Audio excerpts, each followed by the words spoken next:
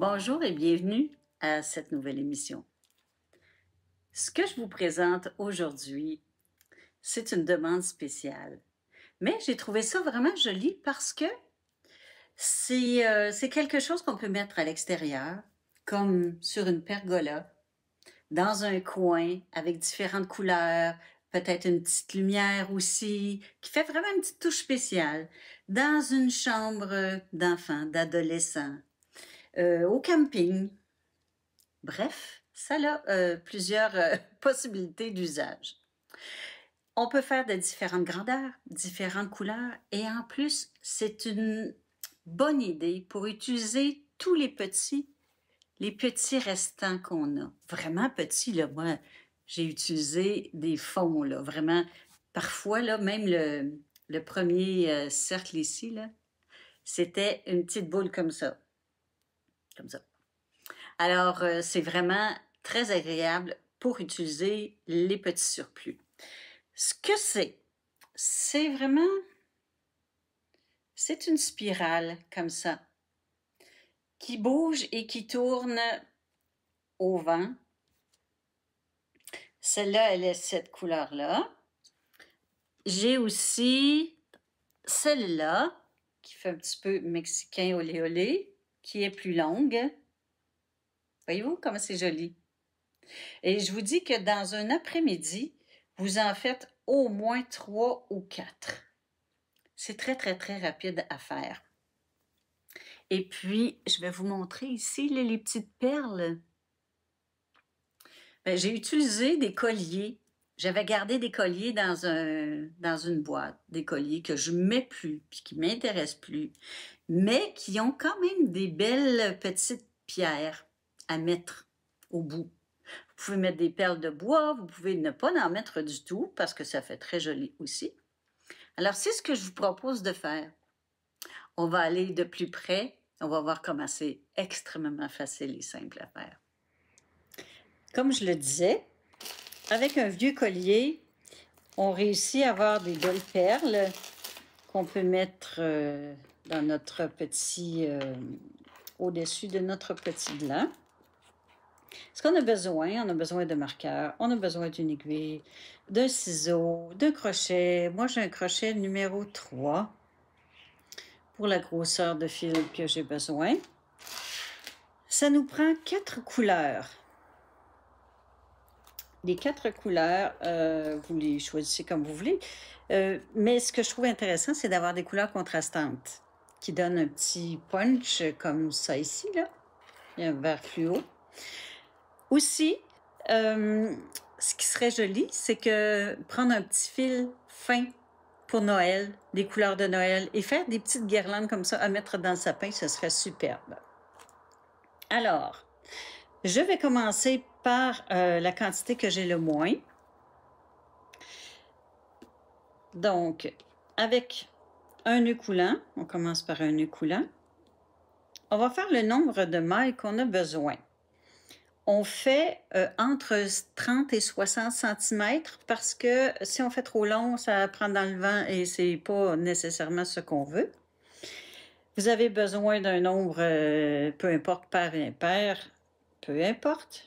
Alors, faites pas vos mailles en l'air trop serrées parce qu'on va prendre le back bump, donc le petit brin arrière, parce que ça fait une plus belle finition.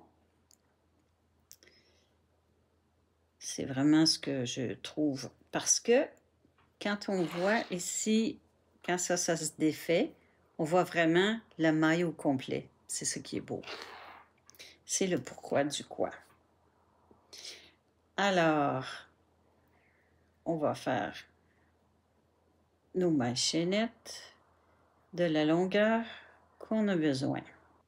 Alors, quand on a terminé nos mailles chaînettes, on fait une maille en l'air et on prend l'arrière ici. J'espère qu'on voit bien, c'est un petit peu foncé. On prend le brin ici, le back bump, comme on dit. On fait notre maille serrée parce que c'est un rang de mailles serrées. Pas compliqué à venir jusqu'à date. Alors, on continue de faire des mailles serrées tout le long. Et rendu à la fin, je vous montre comment on continue. Rendu à la fin, on fait notre dernière maille, mais on ne la termine pas. On coupe notre fil. Voyez-vous, même de mon petit bout, j'en ai amplement. Ce qu'on va faire, on va choisir notre deuxième couleur, qui va être celle qui va être un petit peu plus voyante que le début. Et pourquoi je vous ai fait faire le back bump, comme je dis toujours? C'est parce que ça fait vraiment une belle finition des deux côtés. Et quand on prend notre vire-vent, qui n'est pas un vire-vent, mais que je ne sais pas c'est quoi, comment ça s'appelle? Vous saurez me le dire dans les commentaires. C'est ça qu'on voit ici, là. C'est la maille au complet. C'est de toute beauté. J'ai décidé que ce serait le genre de turquoise foncé. Alors, je fais un nœud, un double nœud. Je laisse assez long de fil pour être capable de coudre mes fils tantôt. Je termine la maille qui était en attente. Voilà. Je fais une maille en l'air. Je tourne mon travail. Là, maintenant, je vais vous montrer ici. Ce qu'on va faire, c'est des... Oups, je perds mes perles. Ça va aller mal tantôt. C'est des demi-brides qu'on va faire. Si vous voyez, maille serrée, demi-bride, bride. Ça va en graduation.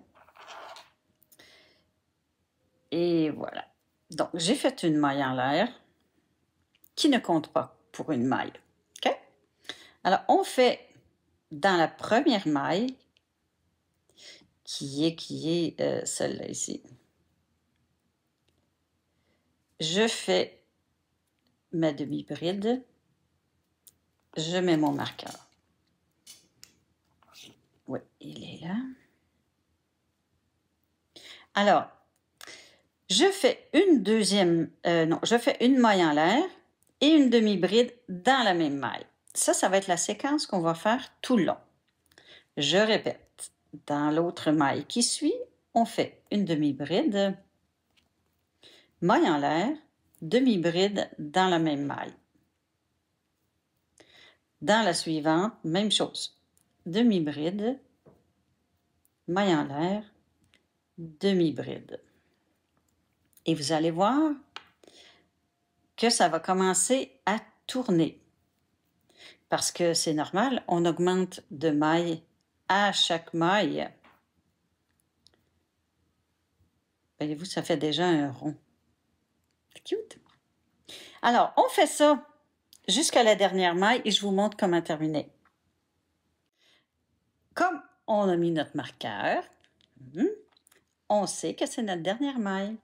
Alors, on va faire la demi-bride, la maille en l'air et la demi-bride. On va chercher notre fil et on arrête là. On a 3 brins sur notre crochet. On coupe notre fil. Et là, on choisit entre les deux qui restent. J'explique que moi, je vais mettre la plus voyante à l'extérieur parce que c'est ça qu'on voit tourner. C'est cette ligne-là qu'on voit tourner le plus, je trouve. Alors, je vais y aller avec le bleu et ensuite le orange pour terminer.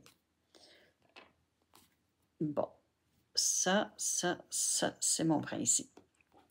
Alors, on fait comme on a fait tantôt. On a fait un nœud, on refait la même chose. Un double nœud.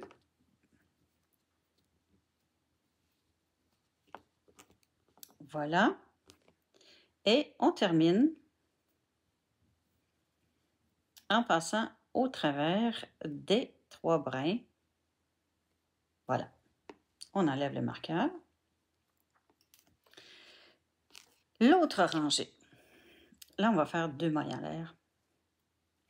Et on va faire des brides. Ça ne compte pas pour une bride. Si j'étire un peu, voyez-vous, on voit bien qu'il y a la demi-bride, l'espace de ma maille en l'air et ma demi-bride. J'ai la même chose ici au début. Ce que je vais faire à l'intérieur où est-ce que j'ai ma maille en l'air, 3 brides. Une, je mets mon marqueur. 2 et 3. Je vais au centre de l'autre. Donc, celle-là, cette demi-bride-là terminait le V. Celle-là commence à lever et dans l'espace, je vais faire mes 3 brides. 1, 2, 3. Vous allez voir, juste à l'œil, vous allez savoir. Voyez-vous, j'ai levé ici. Je passe les 2 demi-brides, je vais dans le V. 3 brides. 1, 2, 3. Même chose. Je vais chercher le V suivant, qui est ici. 3 brides. Alors, on fait ça jusqu'à la fin et je vous montre comment terminer tout ça. Là, ne vous inquiétez pas si ce n'est pas la spirale parfaite, là, parce qu'on va lui donner sa forme tantôt. Inquiétez-vous pas. Je suis rendue à la fin. La fin, c'est ici. On va faire les 3 brides, comme on a fait depuis le début. 2,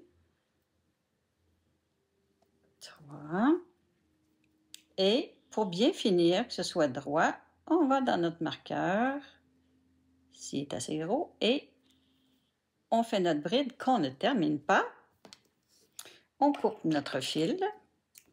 Et là, on va mettre notre dernière couleur. Et ça fait un beau zigzag. Je vais vous montrer de près. Peut-être qu'on le voit mieux dans le bleu. Voyez-vous? Ça fait un petit zigzag. Voyez-vous comme il faut? Oui, je pense que oui. Peut-être le bleu, on le voit mieux. Bref, c'est ça qu'on va faire. Extrêmement, extrêmement simple. Hein? Plus simple que ça, tu meurs. Alors, on fait le double nœud. Et on va passer à travers des 2 loupes qui nous restent. On enlève le marqueur, on n'en a plus besoin. On fait une maille en l'air, on tourne le travail. Dans la première maille, je fais une maille coulée, une maille en l'air. Dans la deuxième maille, une maille coulée, une maille en l'air. Et ainsi de suite. Je vous l'avais dit que ce n'était pas compliqué. Et je ne sais pas si vous le voyez là, mais ça fait le zigzag. Peut-être qu'on le voit mieux comme ça. Bref, vous allez le faire. Là, j'ai fait ma maille en l'air. Là, je suis rendue à ma maille coulée. Vous allez le faire. Vous allez voir par vous-même ce que ça fait. Alors, n'oubliez pas de faire votre maille en l'air. Maille coulée, maille en l'air. On se répète la petite comptine. Maille coulée, maille en l'air. Maille coulée, maille en l'air. Alors, on fait ça tout le tour. Et puis, on se voit à la fin. On est rendu à la fin. J'ai entré à l'intérieur tous mes petits fils qui dépassaient.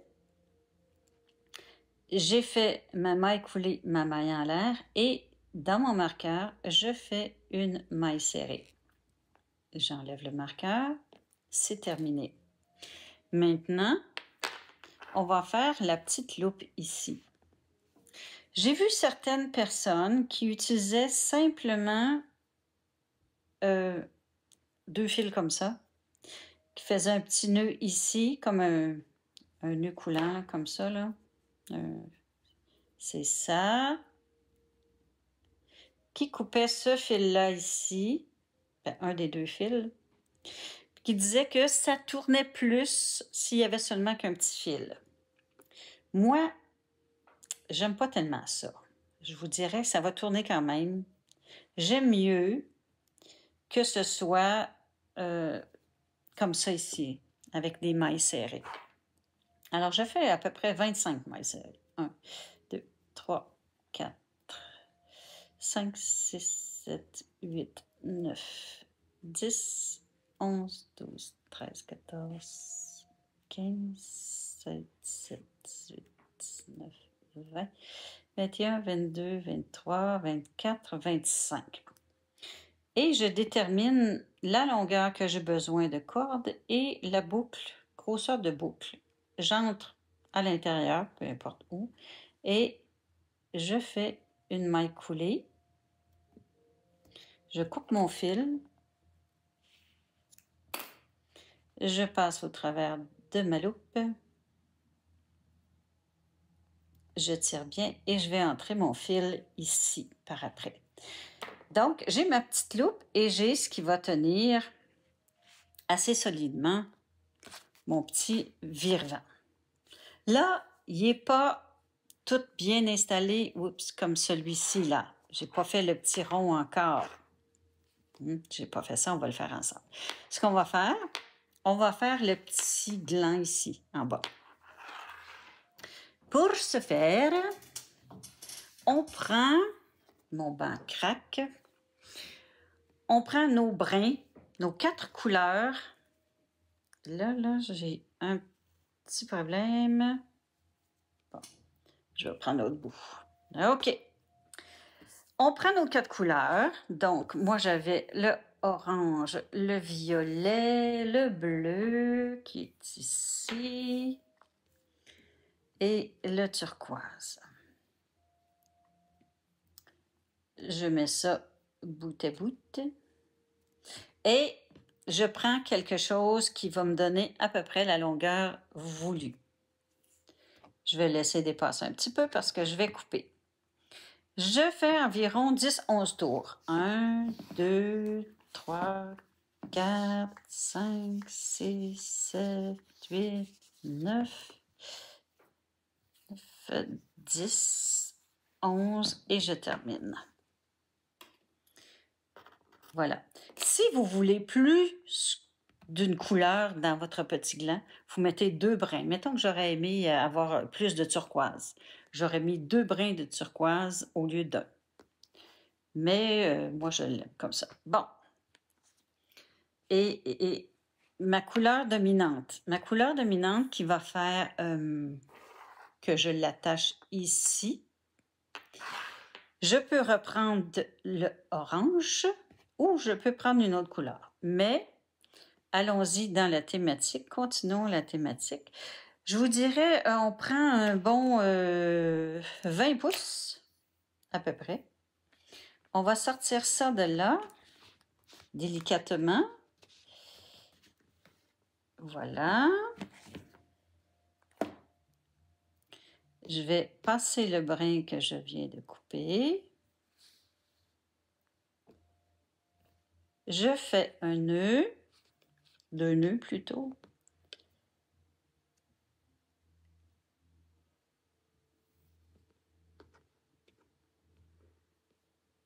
Et de 1.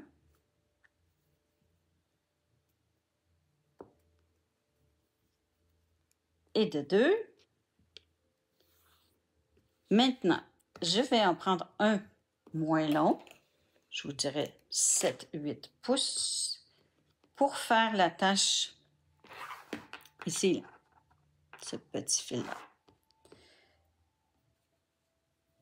Vous laissez à peu près 2 cm, 3 cm. C'est votre goût, selon votre goût. Voyez-vous? Moi, je vais le mettre ici, comme ça. Je fais encore 2 nœuds ou 3. Je serre comme il faut. Je mets tous les brins en bas. Je vais couper les bords qui sont doubles. Et je vais le peigner un petit peu. Je tiens et je coupe pour que ce soit droit quand même. Il y en a un que je n'ai pas coupé. Je n'ai pas coupé jusqu'au fond. Voilà. Ça, c'est le petit gland. Ici, je vais prendre mon aiguille. Je vais mettre mes deux bouts égales. Ça va être plus facile pour enfiler. Et là, je vais faire ma séquence de perles. Avec mes deux brins. Bon, je les ai encore. Je vais mettre la plus grosse collée. Ensuite, je vais mettre celle qui est faite sur le long. Et ça devait passer. Je vais voir si j'ai mon autre aiguille. Je vais changer d'aiguille, voir. Peut-être que le chat est moins gros de l'autre. Parce que tantôt, quand j'ai fait les autres, ça fonctionnait. Alors, je ne verrai pas pourquoi ça ne fonctionnerait pas cette fois-ci. C'est sûr que c'est effiloché. Pas mal. Ben, est-ce que ça rentre toutes les brins? Non. On va faire la bonne façon. On mouille. Au grand mot, les grands moyens.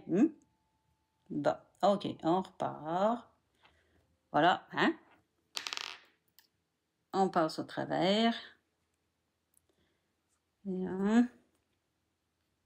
Et je vous l'avais dit, ça passait. La deuxième, je vais faire la moyenne et la plus petite mauve pour la fin.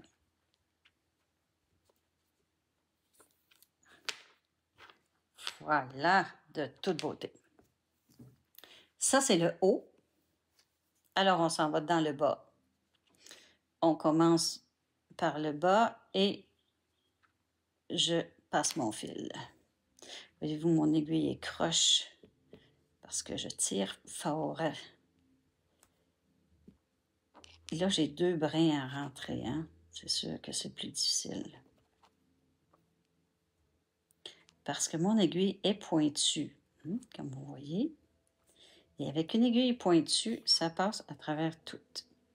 Alors ça, vous décidez si vous voulez un espace vide avec les deux fils ou non.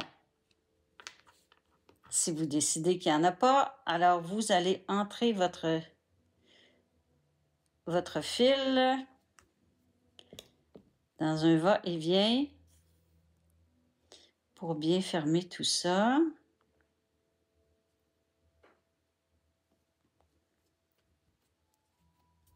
Et voilà, et voilà, et voilà.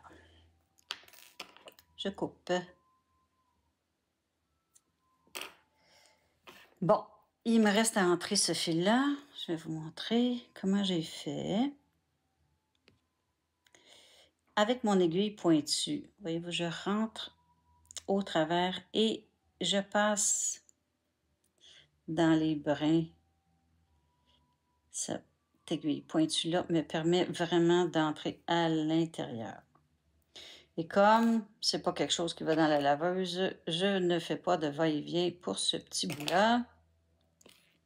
OK. Là, il est terminé. Il n'a pas pris sa forme encore. On va lui donner. Alors, on tient le départ et on tourne.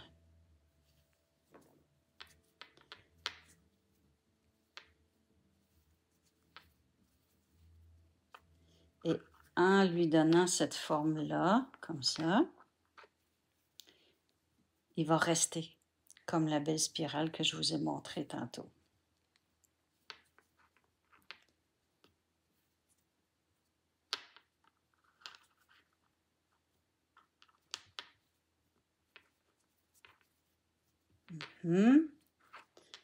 Et voilà, et voilà, et voilà. On voit bien le zigzag, hein? Peut-être que je vais vous le montrer mieux ici, hein? On le voit bien, là? Alors, c'est ça que ça donne. J'ai fait celui-là qui est un petit peu plus grand pour vous montrer. Et j'avais fait celui-là aussi. Voilà.